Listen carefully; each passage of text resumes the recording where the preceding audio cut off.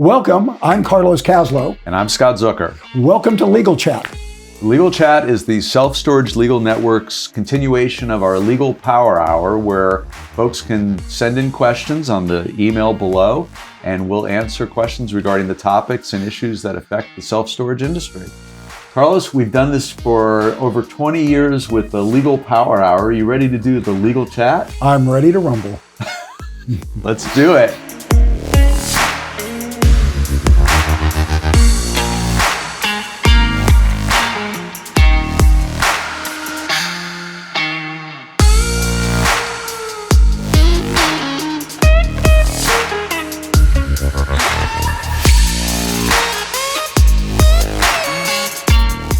Well, welcome. We're glad to have you. Again, I'm Scott Zucker, and I wanted to start out with a little bit for you to get to know us a little bit better. Many of you have been members of the Self-Storage Legal Network over the years, but sometimes haven't gotten a chance to know about us. So, Carlos, I'm going to start with you for our first inaugural session and tell the audience a little bit about how Carlos Kaslow got into the self-storage industry. That's always a question they have for the old guy. 40 years ago, actually, I was a very, very junior lawyer at an insurance defense firm, and I didn't like it. I didn't like litigation, and I didn't like working 6.5-day weeks. And so I went to the job board. This is when they had those little cards on those boards at schools. And there was a job in the insurance industry. And I go to this interview, and they're starting a program for self-storage facilities. There were 5,000 in the country, they estimated, and they were going to provide a package policy for all of them. And I listened to this interview and a bit skeptically. And the next thing I know, I'm getting ready to leave. And the person that interviewed me says, "Oh, by the way, I forgot to tell you, we have a 4-day work week." The rest was history. I got that job and I was there for 15 years. But then 2 more things happened. One, I started a newsletter, Self-Storage Legal Review. And I've done that since 1993. And a few years later, a great idea came to me. At least I thought it was a good idea. It was called the Self-Storage Legal Network. And the idea is that self-storage operators have these questions about the lien, about their rental agreements. And it's just a short 5-minute question. And, the legal profession really isn't very good at that. But we thought, at least I thought at the time, that a membership model might be pretty good. And again, the rest is history. We've been doing that since, I think, around 1996. And Scott came in, I think it was 2004. Yeah. Wow. It's so funny. It's a great story. And it's amazing how we've gotten involved in this unique industry and what a mark you've left with legislation and the legal issues. And it's been a fun ride since we've been doing this. Exactly. And the one good thing is that you actually like litigation. So we're more rounded as a team as we are individually. So part of the legal network is to provide legal information to the operators that are out there that are subscribers to the network through the National Association and the state associations. So we get sort of topics and questions. And I think you'd agree with me that the number one topic we typically see has to do with liens. Yeah, by far and away. It's almost probably over 50% of the questions are lien topics. And it kind of goes like, I've got a tenant who, or I've sent out this notice and, and that is, the lien is the number, following the lien procedures is the number one question that we get. So we've asked the audience to send questions that are interested to SSLNLegalChat at gmail.com. And we have a couple of questions that we're going to do today that came in through our Gmail account. And we invite people that are watching this to go ahead and send further questions. And on further episodes of the Legal Chat, we'll answer them. So I'm going to start out with this and we'll talk about this topic, but it does involve liens. So we have a customer who called right after the auction ended. The customer reported that our software sent an invoice to her and that this invoice should stop the auction. So does any communication during the lien sale stop an auction? There is only, to my knowledge, in every state, only one thing that will definitely stop an auction, and that's full payment of the lien amount. You can do things internally that might cause you to decide, I'm going to start the process over. But I don't think an invoice falls into that category. I don't know if you have a different view. Yeah, to me, what worried me about this question is the likelihood of confusion by the customer that in the middle of the lien sale, they get an invoice that suggests that they owe for the next month's rent. Or, I mean, it's different. If the invoice was for the past due amount that matches what the lien was, that'd be different. But if the document turns out to be forward billing for an ongoing expectation of payment, I get a little troubled. So I know we've had this sort of fun situation over the years where I may be more conservative about a lien sale than you. So my answer is, if there's any likelihood of confusion by a customer, you can't turn around from a lien sale and revert it back. It's hard to get the property back in the unit. So I guess my answer to this would be stop the sale, clean up the paperwork, and do it again. What do you think? See, and I think that's a conservative approach, but I also look at this a little differently in that it's an invoice that says that should, to some extent, provide some detail as how much money is owed to us. And the one piece of knowledge that we know every tenant has is they haven't paid the bill. And so could it cause confusion? Perhaps in a vacuum, but does the tenant not know they didn't pay the bill? Yeah. No, they understand that. And even though, if they got the invoice before the auction was actually held, then they still had time to call the facility and make arrangements to pay. And if the bill came after the sale was done, it's essentially just an error. Well, that's true. Yeah, certainly notification after the sale with the confusion, that's too late. Yeah. Tenant does have a burden of paying their bill. And I think you and I both agree that sometimes these sort of questions require a little more in-depth information to get clarity. But you can never make a mistake by stopping a sale. And it's appropriate for people to be asking questions like this so they avoid the possibility of a wrongful sale. Yeah, and that was exactly what I was going to follow up with. You can never make a mistake if you stop a sale and redo it, even though you may not have to, because sometimes you do things just to be safe. Yeah. All right. On the same topic with regard to notice, let me ask this question that came in from a listener. Due to a USPS error, a lien letter was returned and not delivered to the tenant. We plan on resending the notice, but the unit will accrue an additional month's rent due to the error. How do we handle that? Can we add the additional month's rent to the lien balance? This is another kind of intriguing question, because one thing is, why was the letter returned? Was it returned because of the last known address that the tenant provided you? If that's the context of this particular situation, then that is actually on the tenant. They're supposed to keep you informed of any address change. So in and of itself, the answer would be you wouldn't have to. You could charge the next month in that time. Again, if you're dealing with an internal mistake, it becomes a little more ambiguous. But again, whenever a letter comes back, if a lien letter comes back, the one thing that you have to be sure to do is check your files and verify that address and make sure that was the address that the tenant provided you either in the rental agreement or subsequent change. And also keep in mind one other thing. Your obligation as an owner with respect to the lien sale process is keeping track of the last known address and mailing to that address. If the tenant moves away or is no longer at that address, that's a problem that the tenant has created. And actually, the sending of that notice may be even though it came back, may be valid. Yeah. So now, even I'm conservative on these things. When I ask the question about these improper notices that maybe come back, and you're right about checking the address, is what happened to the rent during that month? Again, this is a tenant who has not been paying their rent. Right. So clearly you have to, if the letter did not go to the proper address that's in the file, the last known address, you're going to have to resend the letter. Yeah. But could you charge the accrued rent during that period? My answer would be yes. Absolutely. Yeah. I even if there's a mistake, if the tenant has not paid their rent, the accrued balance is still owed. One question on that. What if the operator had put the wrong address on the letter?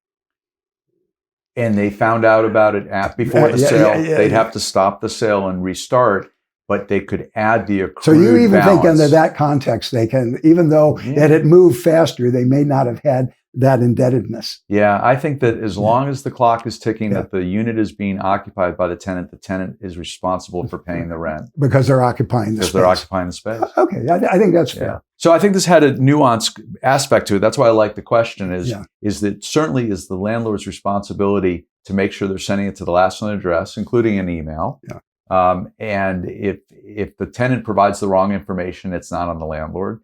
But if it is on the landlord and they have to resend the letter and the tenant hasn't paid during the duration, I think they continue to accrue the rent charges. Well, just a follow up on this. What if you've sent out it gets returned, address absolutely correct that you sent it to, but there's a forward on that letter as to a new address where the tenant might be. What do you do? Great question. I would always send an additional notice to that forward address, but I would not stop the lien process because you've met the statutory burden of sending it to the last known address. You're taking the additional step of sending it to the forwarded address, which may or may not be the actual new address for the tenant. What's your thought on that? We are surprisingly in agreement. In agreement. Good. All right, let me move to the next topic. We talked about liens. Let's talk about the other big topic for this program, which is about electronic contracts and how you create, as we move to this technology, the use of electronic contracts. So let's talk about how an operator is best able to use electronic contracting formation for their rental agreements. So my question for you, Scott, is do you wrap? And Carlos, the answer to that question is no. But tell them what you mean by wrap. By wrap, I mean WRAP, not RAP. And in the world of electronic contracting, if you read a lot of lawyer magazines and things like that, what you're going to come across is a variety of wrappers. Click wrap, scroll wrap, browse wrap, and sign-in wrap. And these are just terms that describe various ways that that we try to get tenant agreement on various things from an online standpoint. And when you really kind of drill down in this, there's two forms. There's really the click wrap, scroll wrap type, and then there's browse wrap. And both are good for different things. When we're getting into contracts, rental agreements, that kind of thing, then what we're going to be doing is we're going to be dealing with primarily click wrap.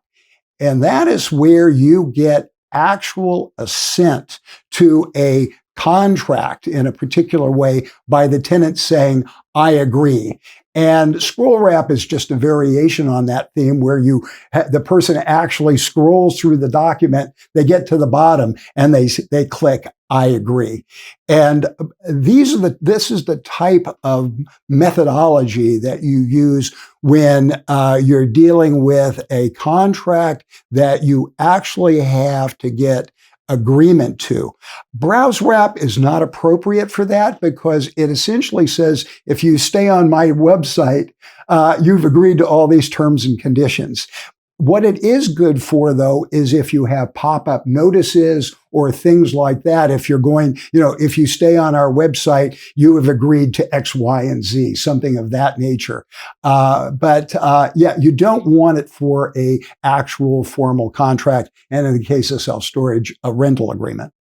Any thoughts? I like what you said about the click wrap aspect of it. And I'm an advocate of the scrolling terms and conditions ultimately leading to a click wrap approval, because I think that the active requirement of going through the terms and conditions, whether you choose to read them or not, and we're all guilty of scrolling through terms and conditions, ultimately leading to a point where if you are deemed to have accepted the terms and conditions, click here to assent to the contract, I feel more comfortable with. in terms of enforceability. You thought about that? Well, the courts have been actually, in my mind, pretty good from a business standpoint on this issue, because, they do require that if you want to use click wrap without going through the scroll process, that, that the ability to access the agreement that you're entering into jump out at the operator. Different color from the rest of the background, an obvious place to click and bring up the rental agreement. And one little difference in self-storage that I think might make a difference here is that usually what happens is after the contracting process is completed, either the operator will send the tenant an email, sort of a welcome email with all of the things that they need to have, codes and gate codes and things like that, now even lock codes, and including a copy of the rental agreement. So there's this second opportunity before the tenant puts their stuff in the space where they have an opportunity to actually look at a version of the agreement, which is a little different than some of the other businesses. No, that's a great idea. And I know in future episodes, we're going to talk about the disconnect sometimes of having tenants move in without fully executing their agreements and the dangers of going through that process. But I think you tell the audience that with respect to electronic contracting and the mechanisms you're talking about, those would be enforceable contracts. Absolutely enforceable. The one thing that we know is that millions, literally millions of contracts are entered into every day in this country with a click on a mouse. I mean, it's just that simple because we buy airline tickets, hotel rooms, we buy products. There's just a lot of our commercial activity today takes place online. And again, I think the courts have done a pretty good job of understanding that this migration, because this is really big. 10 years ago, we were still using wet signatures, ink on paper. And we are moving into this electronic realm at a fairly brisk clip. Okay, so the next question beyond the electronic contract formation and the systems that you talked about, let's go to operationally the world of electronic notifications. Here's the question. Do we have to send rental rate increase notices via verified mail? We currently email as well as regular mail. However, some of our customers don't have email. So the question goes to amending these electronic contracts. Okay, I think the starting point when you're dealing with amendments or changes to the rental agreement, including rent increases or something like that, is that it's not a negotiation. You as a landlord have the right to change the terms and conditions of your rental agreement on appropriate notice, 30 days. It might be a shorter period if provided for in the rental agreement. But just realize that you can unilaterally change terms. And so the question really gets down to sending out appropriate notice. And how you send that to some extent will depend on the rental agreement and also in some instances state law. But let's take a look at the rental agreement, because the rental agreement, one of the things that it should say generally is how the parties are going to communicate. How do parties generally communicate? First class mail. Today, also email. So if you're sending out your letters by first class mail, that's fine. There's nothing wrong with that. If you send them out a notice both with email and first class mail, that's even better, because those two things you've pointed out. Some customers don't have email. And some of your customers aren't really good about using snail mail in the modern world. If it doesn't come by electronic mail, they're never going to pay attention to it. So I actually like the idea of sending out both ways if you have both addresses, because the email doesn't cost you anything. And again, making sure. And the one thing that is absolutely important from your standpoint is, again, that last known address, because you've got to make sure that the letter is properly addressed to the tenant's last known address, the one in the rental agreement, or subsequent change thereto. But again, it's not a negotiation. You can impose terms. Yeah. So the contracts would have changes provisions in them, which would allow Yes. changes to the terms and conditions of the lease with 30 days advance notice Yeah. because they're month-to-month leases. Yeah. So you're able to increase the rent. You're able to change terms and conditions with that advance notice. Question I get a lot is concerning verified delivery of that notice by email. Any suggestions of how you can track an email to feel comfortable that your customer received it? Well, yeah, there actually are private services out there that can do two things with an email. And this is important when you're relying exclusively on email, because I think any of you who have used email know that if you take an email you've received and press reply, you can change the contents of an email pretty simply. So what you probably want to do is you would like to send it with proof of delivery and proof of content. And again, this is one where you have private companies that actually provide this service where they will provide you, and it's actually quite cheap. It usually costs around the same as a first-class stamp. Something like an RPost? Like an rpost.com, yeah, they're probably the largest company in this area. It's sort of a new area, and they've been doing it for about 10 years, I think. All right, the next topic we want to talk about is legislative issues that are happening in the industry. And I know we've got a bunch that are sort of hot topics out there that we can talk about. Let me start out with this sort of response to rent increases and the legislative pushback potentially on rent control, how operators are increasing their rent. What are your thoughts on the pressure out there on rent increases? Well, there's good news on the rent control front, because to date, no state has ever enacted commercial rent control. Even New York and New York City would not go down that route for various reasons. That doesn't mean it's not a potential problem, and we've had bills directly relating to rent control in the self-storage industry. But again, those haven't been a problem.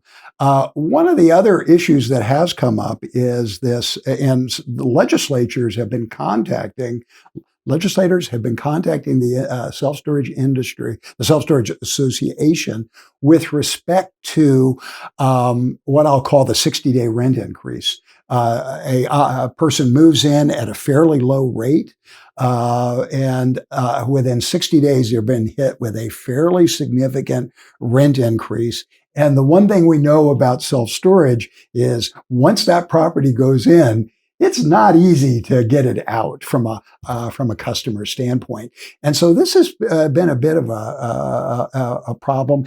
And when people get things they don't like, sometimes they call their local legislator and they complain. And so we've seen some pushback on this, and I think it's an issue that the industry really has to give some thought to with respect to their rent practices. And I know that things are rentals are not as vigorous as they were a couple of years ago. But we have to be careful, because you don't want to get this to become an issue within the state legislatures, because it can affect other legislation that you're interested in passing. Yeah, and you had a bill to that effect, didn't you, Scott, in Georgia? Well, on the rent control issue, but that did not proceed with regard to the legislature. That was stopped early on. That never even actually made it through the House Judiciary. So. We're glad to see that there was not a lot of support for that type of bill. Yeah. Actually, on the reverse, and we're going to talk about this next, is the legislation that we've now seen in Georgia, and I think you're doing it in other states, Idaho, Utah, California, dealing with the issue of non-monetary defaults by tenants and what operators can do in response to a non-monetary default, what their rights are as a landlord. So maybe first to tell the crew, what would you define as a non-monetary default? Well, essentially, it's any type of default or reason why you want to terminate your the rental agreement, which you can do on a month. All of our rental agreements are month to month, so it doesn't take you a lot of time to do that. But it's anything other than the rent, because the rent is taken care of by the lien statute. And when you're doing non-monetary rents in most states, you're basically acting like any other landlord. And if the tenant holds over and doesn't vacate the space, on the termination date, your remedy is to actually file an eviction, unlawful detainer type of lawsuit. And, and this industry has really been lucky that it hasn't had to do that, because 90% of all defaults are monetary. So it's a small group, but it's one that when you find yourself in it, it's a different world. Yeah, it's awful. I mean, I've worked with so many operators that are so frustrated by the process of trying to terminate a tenant for a non-monetary reason, for their behavior on the property, for criminal activity, for harassment, vandalism, all the things that could happen on a property. They're trying to remove a tenant, and the tenant won't leave voluntarily. So to go through an unlawful detainer or an eviction process can take months. And the courts are not really prepared to handle self-storage eviction because they're so unique. Obviously, the tenant is not living at the property, or they might be, but they're difficult to be served at the property. There's issues of sort of due process and jurisdiction with evictions with self-storage that can complicate the process. I would tell you that the statutes that we're trying to change, the remedy that you're seeing in these other states that I know you're behind, is to have a notice of termination and a right of disposal based upon the failure to vacate after notice. How do you feel about that? I think if that we can put this into statute, it's really a game changer for the industry. Because what these statutes ultimately do is they provide storage operators with essentially a self-help remedy for non-monetary defaults. So it cures this one issue, this one problem where we're forced back into the courts like other landlords.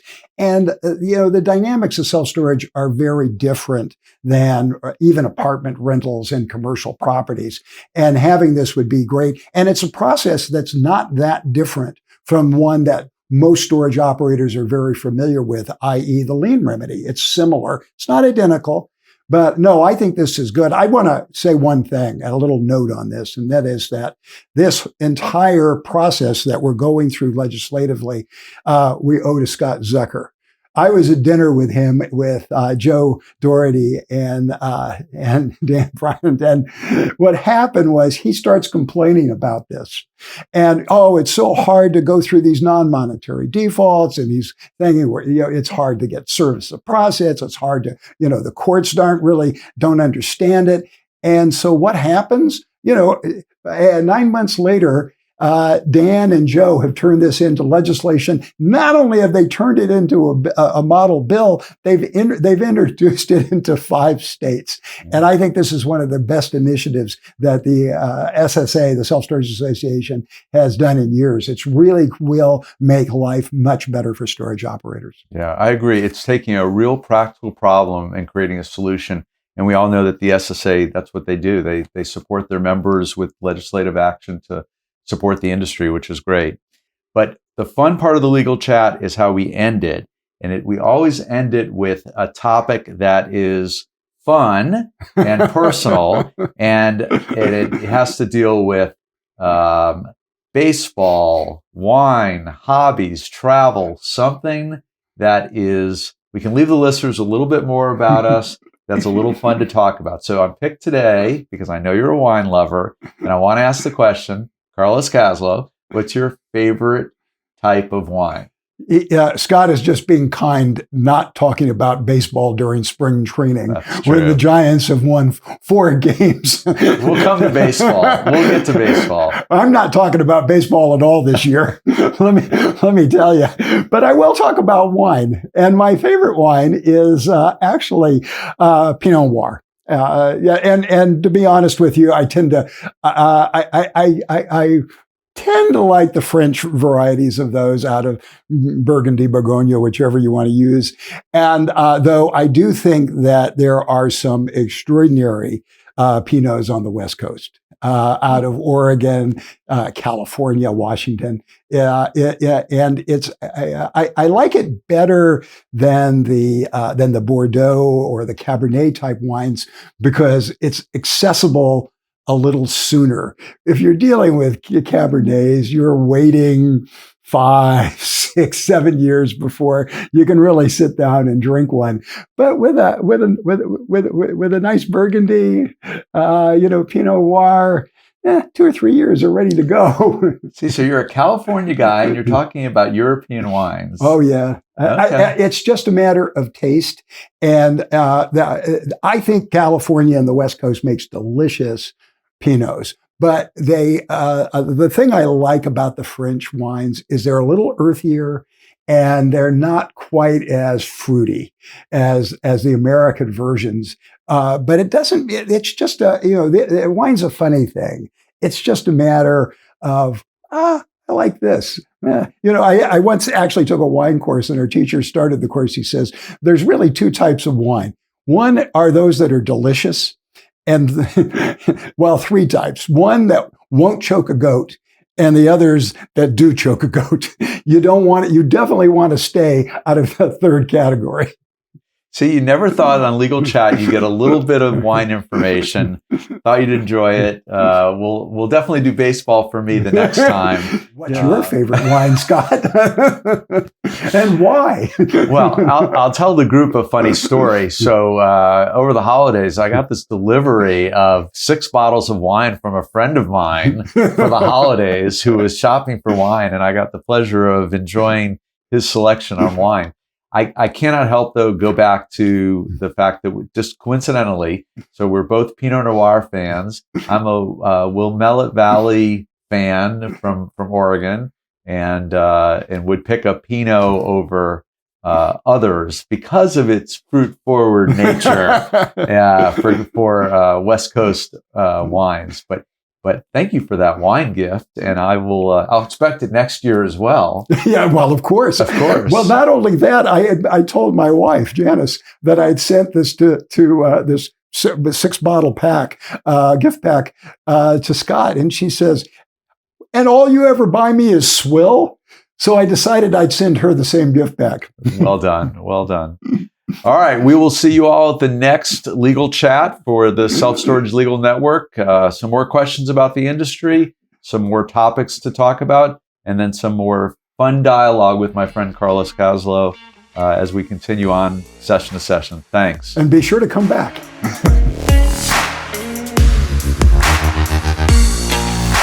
Carlos, that was really fun. I enjoyed it completely. And thank you all for joining us on the Legal Chat for the Self-Storage Legal Network. We want to thank Lighthouse Storage Solutions for producing this with us, with the Self-Storage Legal Network.